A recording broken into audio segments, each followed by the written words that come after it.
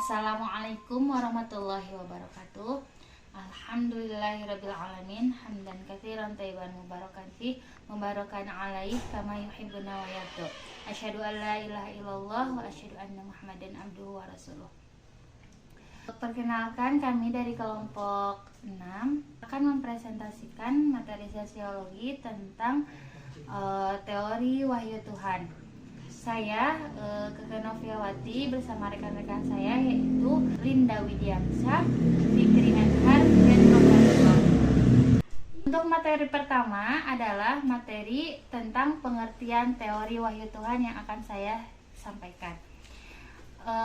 Teori wahyu Tuhan adalah teori yang menyatakan bahwa kelakuan keagamaan atau kelakuan religius seseorang adalah terjadi karena adanya wahyu dari Tuhan. Menurut teori ini, segala perkara dianggap benar jika diwahyukan oleh Tuhan. Teori ini adalah teori yang menjelaskan bahwa manusia sebagai makhluk tidak memiliki pengetahuan yang sempurna tentang penciptanya. Maka dari itu, untuk dapat mengetahui hal-hal supernatural atau hal-hal tentang Tuhan, maka Tuhan harus merevelasikan atau mewahyukan pengetahuan tersebut kepada manusia. Jadi pengetahuan yang dimiliki oleh manusia adalah merupakan wahyu dari Tuhan. Wahyu dari Tuhan ini mengungkapkan hal-hal yang sebelumnya manusia tidak tahu menjadi tahu, seperti salah satunya adalah konsep dosa, konsep kebenaran, konsep kejahatan, dan hubungan manusia dengan Tuhan. Menurut teori ini, wahyu adalah kebenaran sejati yang dibukakan oleh Tuhan. Jadi tidak ada kata salah untuk segala sesuatu yang diwahyukan oleh Tuhan. Menurut teori wahyu Tuhan, agama muncul karena wahyu Tuhan. Hal itu salah satunya ditunjukkan oleh beberapa cerita rakyat zaman dahulu yang selalu menceritakan di mana di dalamnya itu, di dalam cerita tersebut itu akan ada salah satu tokoh sebagai penguasa atau pencipta dan penjaga alam semesta. Nah, cerita tersebut menunjukkan bahwa kepercayaan kepada monoteisme berasal dari suatu suku. Semua kebudayaan pada masyarakat sederhana mengakui adanya Tuhan yang Maha Kuasa. Mereka menyembah Yang Maha Kuasa yang mengetahui segalanya. Mungkin sekian pengertian tentang teori wahyu Tuhan. Untuk selanjutnya adalah tokoh-tokoh teori wahyu Tuhan yang akan disampaikan oleh rekan saya Teh Linda Widiansyah. Kepadanya dipersilahkan. Bismillahirrahmanirrahim. Assalamualaikum warahmatullahi wabarakatuh. Saya akan menyampaikan tentang tokoh teori wahyu Tuhan dalam asal-usul agama. Pada mulainya, teori ini berasal dari seorang antropologi dan ilmuwan Inggris bernama Andrew Lang. Sebagai seorang ahli kesastraan, Andrew Lang banyak membaca tentang kesastraan rakyat dari banyak suku bangsa di dunia. Dalam dongeng-dongeng itu, Lang sering mendapatkan seorang tokoh dewa yang oleh suku-suku bangsa yang bersangkutan dianggap dewa tertinggi, pencipta alam semesta dan seisinya, serta penjagaan ketertiban alam.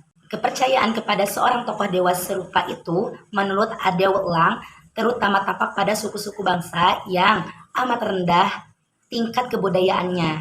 Misalnya suku bangsa di negara Guruan Kahalu, Guruan Kalahari di Afrika Selatan, yang biasanya disebut orang itu Bushan.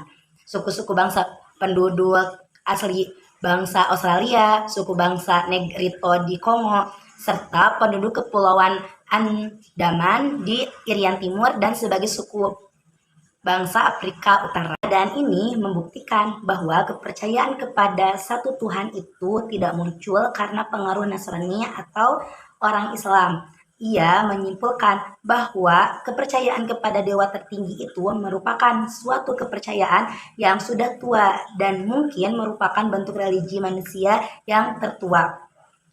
Pendirian tersebut itu ia kemukakan dalam beberapa karyanya, misalnya dalam The Making of Religious pada tahun 1888. Pendapat Andrew Lang kemudian dilanjut oleh William Smith, seorang tokoh besar antropologi dan Austria, dan menurut pendeta Katolik, kepercayaan kepada dewa tertinggi dalam jiwa bangsa-bangsa yang masih aman rendah tingkat kebudayaannya. Ia percaya bahwa agama berasal dari wahyu Tuhan yang diturunkan kepada manusia pada masa permulaan ia muncul di muka bumi ini.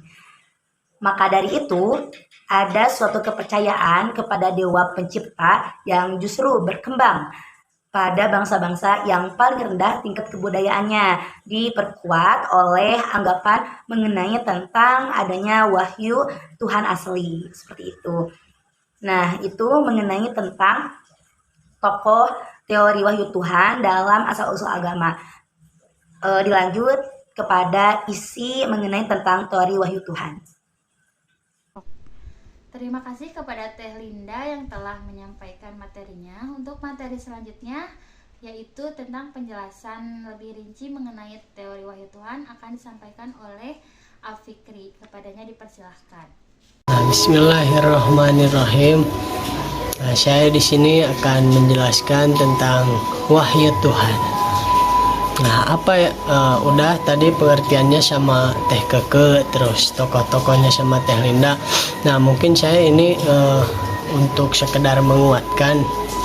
Nah, wahyu Tuhan itu kalau di dalam Islam itu adalah kalamullah atau perkataan Allah atau firman Allah yang melalui perantara malaikat atau secara langsung. Dapat dijelaskan untuk makna wahyu Tuhan secara luas itu terbagi menjadi beberapa. Yang pertama ada sebagai perintah sekaligus larangan, yang kedua ada sebagai isyarat. Nah, untuk isyarat seperti halnya kisah Nabi Zakaria yang dimana Nabi Zakaria itu meminta suatu tanda kepada Tuhannya, yakni Allah. Ya Tuhanku, berilah suatu tanda. Nah, Tuhan berfirman, tanda bagimu ialah kamu tidak bisa bercakap-cakap dengan manusia selama 3 malam, padahal kamu sehat. Nah, keluarlah Nabi Zakaria dari mihrab, dari mihrabnya dan menuju ke kaumnya. Nah, maka Nabi Zakaria dengan isyarat kepada kaumnya, yang isinya, hendaklah kamu bertasbih di pagi dan petang. Quran surat Maryam ayat 10-11. Dan untuk wahyu itu sendiri, wahyu mempunyai suatu bentuk penyampaian. Nah, menurut Ibnul Qayyim menyebutkan bahwa penyampaian wahyu yang diterima Nabi Muhammad itu ada beberapa.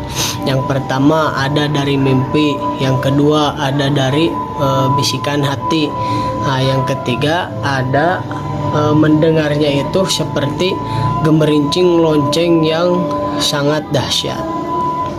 Nah, yang keempat mendengar suara keras seperti rantai yang digesekkan ke batu. Nah, gitulah. Yang kelima dalam bentuk perantara malaikat Jibril dengan wujud manusianya atau wujud aslinya. Nah, yang keenam